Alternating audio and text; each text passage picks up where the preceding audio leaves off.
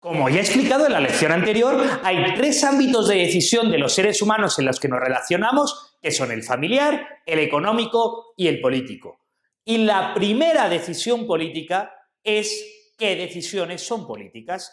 Y creo que gran parte del problema de nuestras sociedades es que no nos planteamos habitualmente qué decisiones son políticas, qué decisiones son colectivas y cuáles no son colectivas. Y probablemente lo que más definirá las distintas ideologías no es lo que opinan sobre cada una de las decisiones, sino precisamente qué decisiones creen que hay que tomar dentro del ámbito privado y qué decisiones creen que hay que tomar dentro del ámbito público. Así, por ejemplo, un liberal dirá por principio que cuantas más decisiones sean dentro del ámbito familiar y económico, mejor.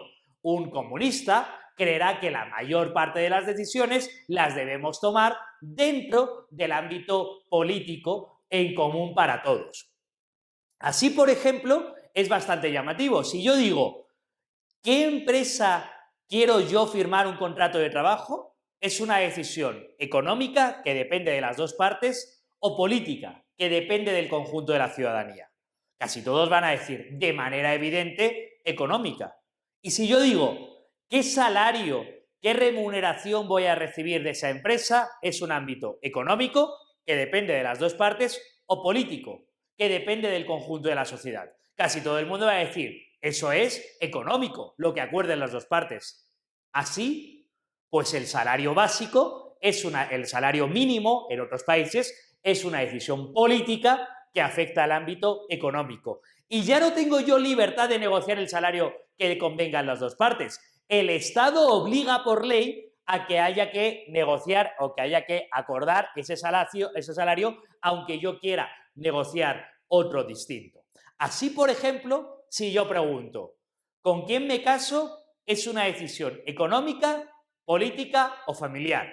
Casi todo el mundo va a decir, hombre, ¿con quién te casas? Es una decisión familiar, no vamos a votar entre todos los distintos matrimonios.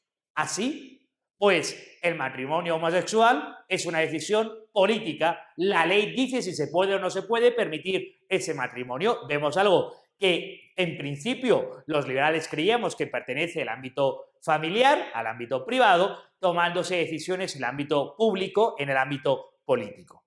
Esto ocurre muy a menudo. Este tipo de cruces entre unas cosas, entre unos ámbitos y otros, ocurre permanentemente. Y creo que lo primero que tenemos que hacer como sociedad, o lo primero que tenemos que hacer cada individuo, cuando nos vayamos a plantear uno de esos aspectos que se discuten en el ámbito político, es plantearnos si realmente esa decisión pertenece o no pertenece al ámbito político. Y los liberales, en gran parte de los casos, simplemente decimos eso pertenece al ámbito económico, la negociación entre las partes, o al ámbito familiar, el consenso dentro del grupo, no al ámbito político, lo que es obligatorio para el conjunto de la sociedad.